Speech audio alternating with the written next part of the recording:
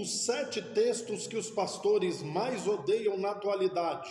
Por que na atualidade? Porque até um tempo atrás esses textos não eram divulgados. E você vai saber quais são aqui hoje no nosso Momento com o Evangelho.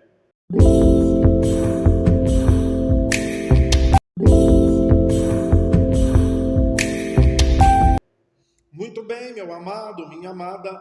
Antes de falar desses 7 textos, preste atenção no que eu vou dizer para você. Primeiro, se você gosta de frequentar um lugar onde acontece um culto para rever pessoas, tudo bem, não tem problema. Deus não vai ficar zangado com você por isso.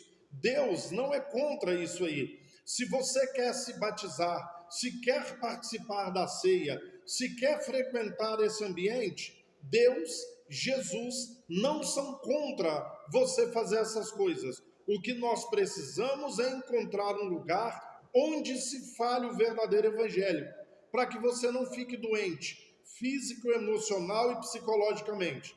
Mas sem mais demoras, vão aos 7 textos aí. Segundo Crônicas, capítulo 2, versos 4 a 6, Salomão diz o seguinte: eu edificarei uma casa para Deus, mas se os céus não podem contê-lo, e os céus dos céus não podem contê-lo, como ele caberia numa casa? Como ele caberia num lugar? Deus não cabe dentro de um lugar. Não há um lugar que possa conter o nosso Deus. O homem mais sábio que pisou na terra disse isso: vou construir uma casa, mas Deus não cabe numa casa. 2. Atos dos Apóstolos, capítulo 7, 47 e 48. Lucas vai dizer assim: as palavras de Estevão quando estava sendo apedrejado. Salomão construiu uma casa para Deus, mas Deus não habita em casas feitas por mãos humanas.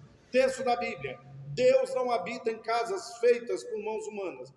Atos, capítulo 17, verso 24, vai dizer o seguinte: o Deus que fez os céus e a terra não habita em templos feitos por mãos humanas, ok? Ele não cabe numa casa, ele não habita em casas feitas por mãos humanas, ele não habita em templos feitos por mãos humanas. 1 Pedro, capítulo 2, verso 5, diz que eu e você somos as pedras vivas, e eu e você, como pedras vivas, somos a casa espiritual de Deus. A casa espiritual sou eu e você, não um prédio, uma construção, um CNPJ. Entende isso aí? O autor da carta aos Hebreus, capítulo 3, verso 6, vai dizer o seguinte: a casa de Deus sou eu e você. A verdadeira casa de Deus sou eu e você. Ok? 1 Coríntios 3, 19 diz o seguinte: vocês não sabem que o seu corpo que é o templo do Espírito Santo e que o Espírito Santo habita em vós? Já foram 6 textos, ok? Deus não cabe numa casa. Deus não habita em casas feitas por mãos humanas. Deus não habita em templos feitos por mãos humanas. A casa espiritual de Deus sou eu e você. Nós é que somos a casa de Deus. Nós somos templo do Espírito Santo.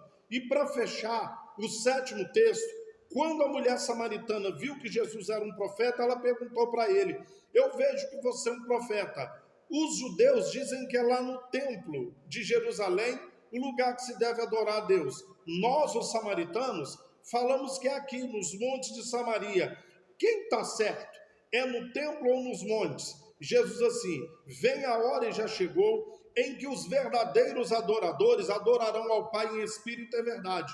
Ou seja, nem no templo e nem no monte. O verdadeiro adorador é aquele que a adoração é sincera e verdadeira, onde quer que ele estiver, porque nós somos o templo do Espírito Santo.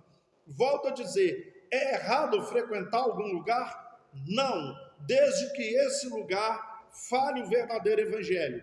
Então, se neste lugar fala que você é obrigado a frequentar, que você tem que fazer sacrifícios para ser salvo, que você tem que ser salvo pelos seus esforços, que você tem que ser dizimista, ofertante e tantas outras coisas, esqueça, este lugar não fala o verdadeiro evangelho, ok?